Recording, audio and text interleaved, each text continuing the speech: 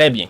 Aujourd'hui, je vais parler de la différence entre un agent d'IA et un code LangChain, ok? Beaucoup s'éternisent dans leurs explications. Je serai bref. Un agent d'IA dans N8N permet de lier un modèle, une mémoire et un outil, ok? Tout ça via un déclencheur sans différence avec LangChain, d'accord? Alors, quelle est la différence? La différence est que l'agent d'IA pourrait être entièrement personnalisable, contrairement au code LangChain. Sélectionnons-le. On va dire ajouter une entrée, ok? Quel type d'entrée? Par exemple, un modèle de langage. Et maintenant, je veux ajouter une mémoire et un outil, par exemple. Voilà, vous voyez, modèle de langage, mémoire et outil. OK? Ça vous dit quelque chose? On a littéralement la même configuration maintenant.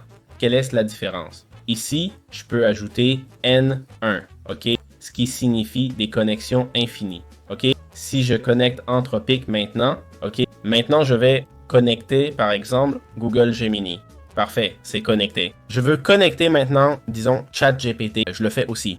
Et j'ai 3 modèles connectés, ok? Ça, c'est via un code qui fait exécuter chaque message par un modèle ou l'autre, ok? Selon, par exemple, le cas d'utilisation, ok? Ici, vous envoyez un message, ok? Ce setLLM.index, en gros, ce qu'il fait, c'est qu'une fois le message reçu, il définit l'index à utiliser. Selon cet index, on utilise ChatGPT 4o Mini, 4o ou OpenAI 1. On améliore le modèle, vous voyez? Ici, on a une variable qui change le modèle via le code en ajoutant un modèle de langage. Croyez-le ou non, c'est une LangChain, ok?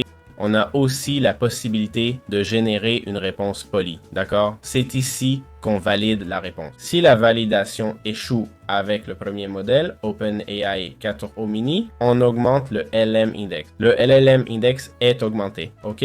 On passe à OpenAI 4o. Ça ne marche pas, alors on essaie O1, ok, et ainsi de suite. Si aucun ne fonctionne, on signale juste une erreur, c'est tout. Voilà une des possibilités qui nous permettrait de procéder ainsi, d'accord? Par exemple, générer des réponses, changer de modèle, valider des réponses, ok? C'est faisable avec un agent d'IA, mais pas de manière optimale, d'accord? Il faudrait le faire de façon plus détaillée, moins condensée, compris? On parle d'ajouter des modèles et outils, mais au-delà de ça, on peut ajouter encore plus, ok? Comme une chaîne, un document, vous voyez? On peut ajouter des docs, des divisions de texte, un store de vecteurs et d'autres outils, ok? Donc, c'est clair que LangChain, c'est la personnalisation de l'IA, la grande différence. Bien, je vais vous présenter aujourd'hui pourquoi N8N est si remarquable. Beaucoup commencent N8N pour des automatisations personnalisées. Pour du basique, on irait sur Make, plus visuel ou même sur Zapier. N8N offre l'open source utilisable gratuitement contre la puissance de notre PC, un atout majeur. Mais c'est crucial de savoir que beaucoup s'arrêtent à mi-chemin, ok? Ils apprennent N8N, les agents IA et s'arrêtent en là. Et alors, un agent IA existe dans tous les outils, non? Vous vous demandez quelle est l'évolution de l'agent IA? Eh bien, c'est uniquement en mode local pour l'instant, c'est le LangChain Code, ok? Donc, ce nœud s'ajoute avec l'onglet pour ajouter d'autres déclencheurs, d'autres options, IA, en bas, Other AI Node, puis Miscellaneous et LangChain Code, ok? Et voilà. Comme je l'ai dit dans la vidéo sur les agents IA et LangChain, la différence est que dans LangChain Code, je peux ajouter plein de modèles, mémoire et outils et je peux tout personnaliser. Je peux ajouter du texte, des sorties, ok? Je peux ajouter des entrées illimitées comme des modèles de langage, des mémoires, etc. Ok? Ça donne quoi? Je vais vous montrer un exemple pour que vous compreniez les possibilités offertes. En termes de possibilités, ça ouvre vraiment beaucoup de portes. Ça permet d'optimiser ce qu'on pouvait déjà faire avec l'IA, tu vois. La différence entre LangChain et un agent IA, c'est qu'avec l'agent, on laisse plus de liberté à l'IA pour agir et faire des erreurs. Avec LangChain, il y a moins de marge d'erreur, mais c'est aussi plus limité en termes d'usage.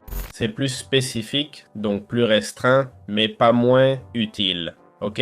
Alors, je vais vous montrer cet espace de travail qui s'appelle basculer dynamiquement entre LLM pour agent IA avec LangChain Code. Ça va? C'est comme ça qu'on l'appelle et ça nous montre un petit exemple d'un LLM en action où on envoie un message. Ok? Dans ce cas, j'adore attendre 2 semaines pour un clavier qui ne marche même pas. Bravo, vraiment.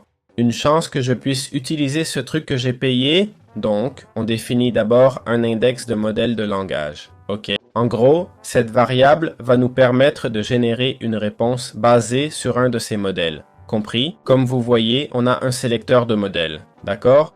On choisit un modèle switch et ce modèle switch, il fait quoi?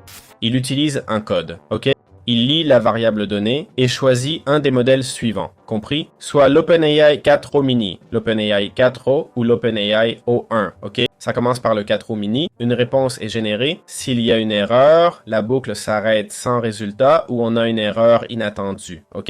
Ensuite, une réponse est générée, ok? La réponse générée, disons avec OpenAI 4o mini, passe par une validation, d'accord? Cette validation analyse la réponse via un modèle ChatGPT, compris? On revient au même point. Ici, ça analyse le ton et dit « Sois intelligent et précis, mais reste respectueux », ok? On valide la réponse. Si ça marche, on l'envoie. Sinon, on augmente le LLM, compris? On passe ici, pas d'action, on ne fait rien. Bien. Le LLM augmenté est fixé, d'accord? Maintenant, on choisit le deuxième modèle, le quatrième. Si le quatrième échoue ou rien ne marche, on signale une erreur, ok? Et voilà, c'est tout. C'est un petit exemple d'utilisation de cette partie de N8N, peu connue.